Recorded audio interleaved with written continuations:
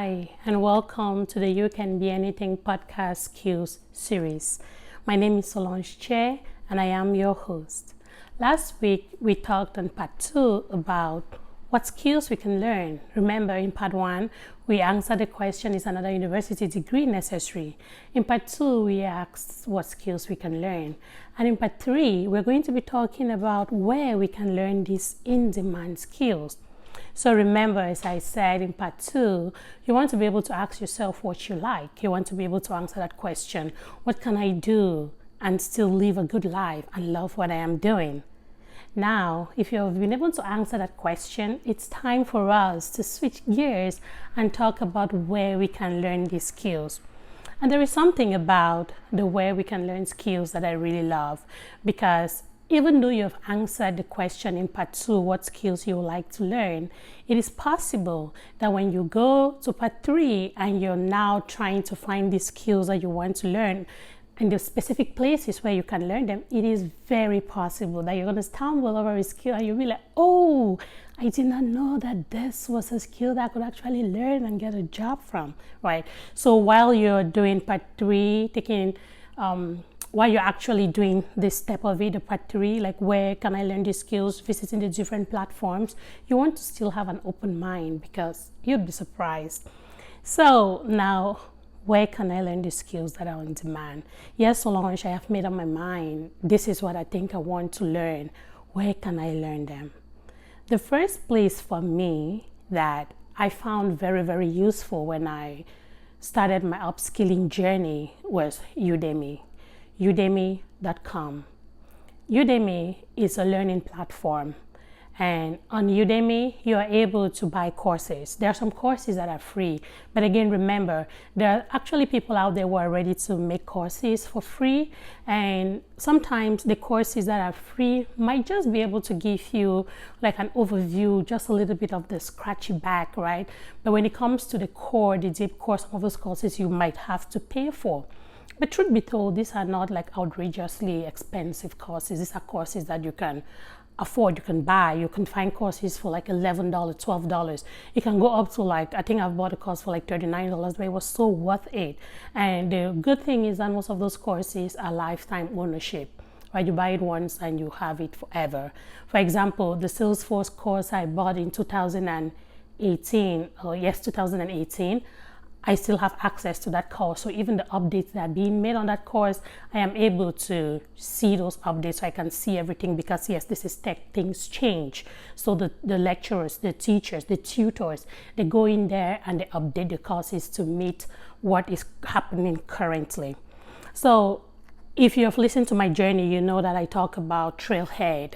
So Trailhead is good for you who is probably on the Salesforce journey, right? You want to know what Salesforce is? Trailhead is a good place for you to start from. It is a free learning platform. That is www.salesforce.trailhead.com. That is specifically for Trailhead. But Udemy, which is the first one that I've mentioned, is a unified learning platform. You can find skills about tons of different things that you will not even imagine that you could actually learn from somebody. I actually went on there once and I was trying to, because coming from a researcher background, I was trying to improve on my speaking, right? Remember, there's a part of this that I talk about wanting to be a journalist when I was younger. Yes, maybe that is what. So I actually took a course on Udemy on public speaking. This is just to let you know that there's a ton of different things that you can do on there. Just go to Udemy. If you don't want to pay for it, or let's say some of you, I know that I've spoken to people back in Cameroon, they're like, hey, Solange, to pay for this thing, I actually need a credit card and stuff. Just go and type free courses, start for free, right? At least get the platform, enroll, put your email and everything, subscribe to the platform. Is it even called subscribe? No. Enroll. Is that the right word? I guess. So just go in, they're going to ask you to create an account and everything, but you can still filter to say free courses on Udemy. If you have decided on what you want to learn, you can say, hey, free coaching courses on Udemy, free design courses on Udemy, and you see those courses are going to come up for you. But again, once in a while they're going to pop up with those ones that you need to pay for. And remember, as I said, most of the time the paid for courses are the ones that have really gone in depth. You can take the free ones to really be able to get like an overview, right? An overview feeling of what this skill you're learning is all about, then you decide to pay. Again, there are people who go through it, learn it, and become masters without paying. They just learn through the free courses, so that is also very possible. So after Udemy, we have Coursera.com. Coursera is an awesome platform. It is huge. They have like this big I know you have subscriptions on there. They have some free courses there as well, but they have these subscriptions that you can subscribe for. You pay monthly, or you can do an annual subscription. So the question is, if you're able to raise $400 and subscribe on Coursera, it opens you up to a ton of different kinds of courses. So instead of buying the courses, when you subscribe, let's say you have the annual subscription, they actually give you open access to like a ton of different things. Some of these courses are actually tutor-led, so it's not like most of the free ones. It's a self-paced study. But I was going through Coursera and I realized that some of those courses, they're actually tutor-led. You actually have classes that somebody guides you. So that's another place where you want to dig into. You want to go there and look around. Do not be scared to use that search bar. You see that looking glass thing? Yes, that magnifying glass.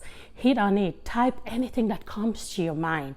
If there is anything relevant in there, it's going to pop up. So please, just use it. Hey, your mind, type. You might think that it's crazy, but type it in there. Something is going to come up. Use that search bar. Click on that magnifying glass and type anything you want to type. So again, the platform is Coursera.org. So you want to go on there. They'll probably also require that you create an account, which again, creating an account is free. Then you can, if you have the money, you can subscribe either for their, they have the monthly subscriptions and they have the annual subscriptions. So again, I always say that to become a master of something, you're not going to learn it for two, 3 weeks. Even sometimes I think 3 months is not enough time for you to become a master. It's enough time for you to understand what that thing is, but to be able to become a master so you can do some troubleshooting, or I think you need some more time. You need at least 6 months to 1 year.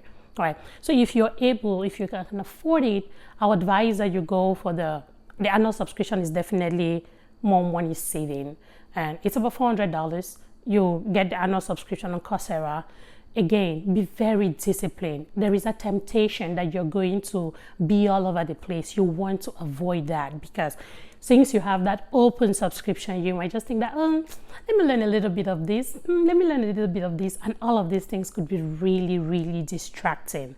So you want to be disciplined. If you're there to learn some billing course, you're there to learn some specific IT course, you're there to learn Salesforce, you're there to learn software engineering, you're there to learn designing, or anything that you choose to learn on there, you're there to learn change management. This is something that is big, right? Again, when people hear about the tech world, they think that the tech world is only for those people who come and sit and they write code in the back, or they work on computers, they do all the software, they work all the... No, there is a ton of jobs in the tech world that do not...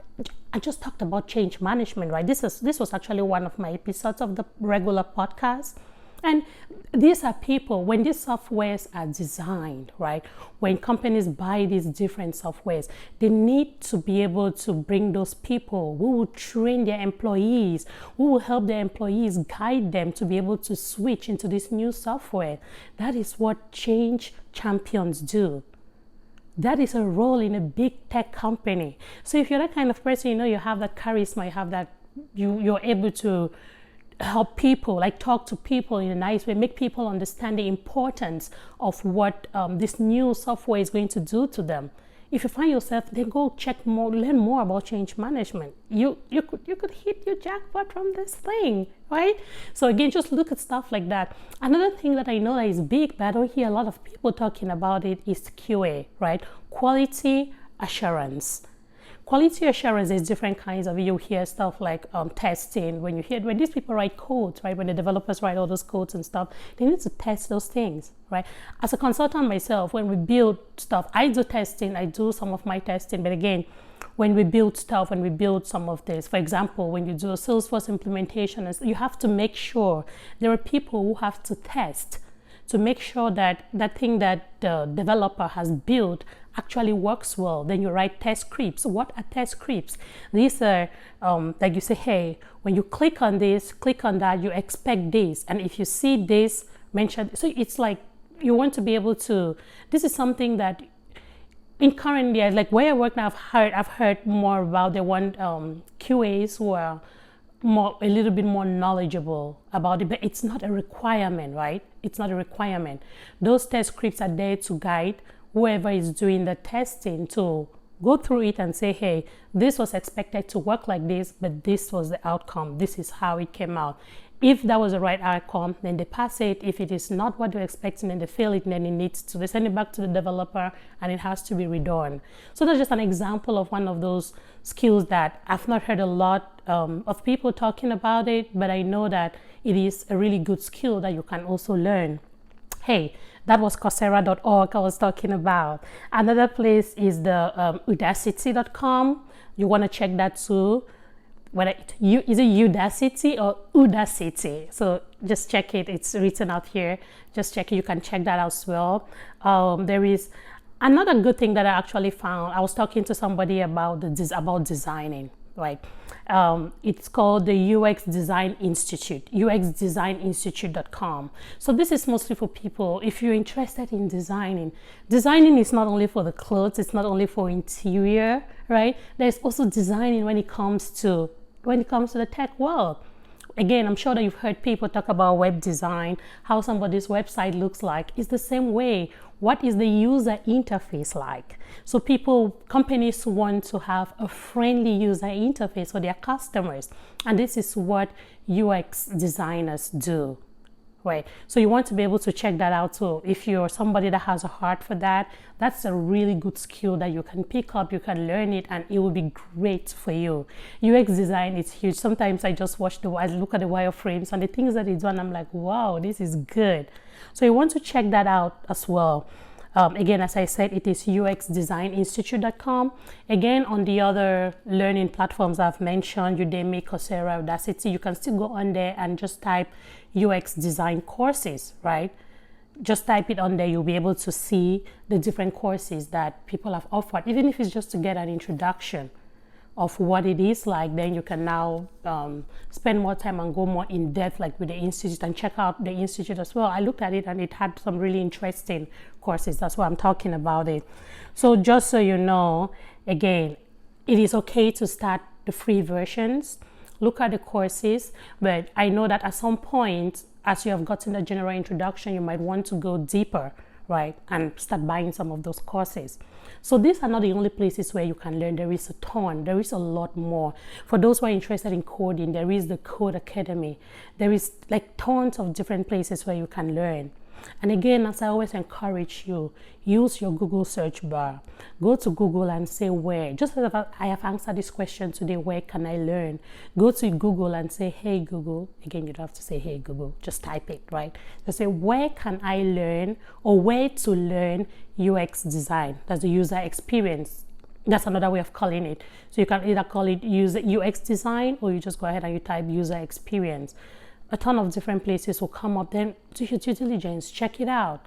As I said in the last episode, I wanted you to go on YouTube and just check what some of the free courses, the free content that some people have put online, so you can see get a feel of what it is before you actually go to start learning it.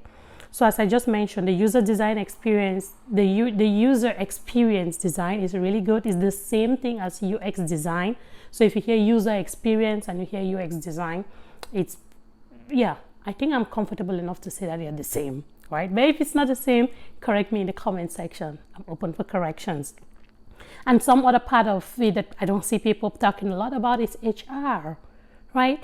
HR, come on people, human resource management. People need to manage these people who are working. If that is something that you can do, go check out HR courses. Just go look at it. What is it about? So that's another thing that I was just thinking about in the course of the week. And I'm like, hey, what are some of those really good places that I don't hear my peers talking about a lot? And that came to my mind as well. Another one is even this recruitment, right? The whole recruiting firm, the whole recruiting world firm, no, which one is correct? The whole recruiting world, right? These recruiters that come to us as looking for jobs, right? They make good money. If that is something that you can do, you want to go check it out. If you're a great salesperson, if you know that you can be a great salesperson, go ahead and look for those courses on sales, how to become an awesome salesman or saleswoman. Most companies call them account executives. They're the owners of this account that bring business into the company, right? So they go out, they look for the business, they bring it in. That's what they do. They go look for the business and they bring it in. So if you know that there's something that you can do, please go check out those courses. Go to all of the places I've mentioned and more. If you go to Google will show you more. Check out these places and just give yourself some grace. Tell yourself that you're going to find that thing that you want to do. I bet you there's a ton of interesting things out here that you can upskill on and improve on your standard of living. There is a ton. And remember, I just wanted to reiterate this because I don't want to sound like, hey, I'm asking you to leave what you're doing to go learn something else. Even what you're doing now, look at the people that are above you. Look at the people that are ahead of you, like your managers and stuff. What are they doing? What is your job description like? What do they do that you're not doing? You can earn the kind of money they're earning if you upskill. So even in your current job, you can upskill and get promoted. If that same company you're working for doesn't promote you, then it's time to change. But you want to be able to say that, hey, last year I was here, this year I'm here. So please, in part 3, as I just said, we've discussed where you can learn these skills. This is what I wanted us to talk about today, and I hope that this information actually helps you. Stay tuned for part 4 of the podcast skills series, and let me know your thoughts. Share your comments with me down below, and I'll see you in part 4 of the podcast skills series. Wish you all the best and be good to each other. Bye-bye.